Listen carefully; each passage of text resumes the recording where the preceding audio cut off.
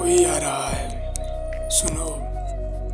मुझे वो एक रात पहले जो शायद कहीं रास्ते पर गुजरते हुए किसी का वो टूटा हुआ ख्वाब का एक टुकड़ा मिला था।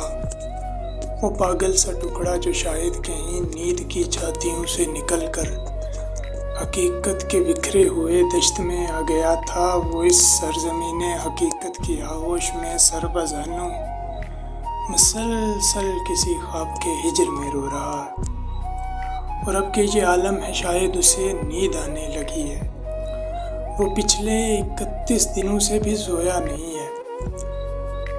इसे ये खबर ही नहीं थी कि ख्वाबों ख्यालों की रंगीन दुनिया, वो बागों में फूलों से उठती हुई खुशबुएं, आसमानों पे बहके हुए बादलों के वो झुरमट, पहाड़ों से गिरती हुई आबशारें फ़कत ख्वाब ही है, फ़कत ख्वाब ही है।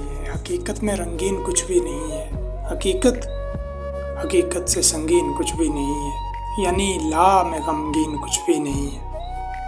मैं हूँगा मगर मैं सुनाई न दूँगा, मैं अपने भी हक में गवाही न दूँगा। सितमगर हूँ मैं अपने अंदर से अंदर, नज़र आ भी जाऊँ दिखाई न दूँगा। मैं एक ख्वाब हूँ जो एक उम्र से जिस्म जान को बदल कर नए ज़ावियों से नई ज़िंदगी में, नए दौर की ताज़गी में, जहाँ दिल करे जब मैं चाहूँ उतर जाऊँगा। ज़िंदगी एक हयात तसलसल है जो अपने ख्वाबों को जिस्मों में भरकर नई ज़िंदगानी में रखती रही है।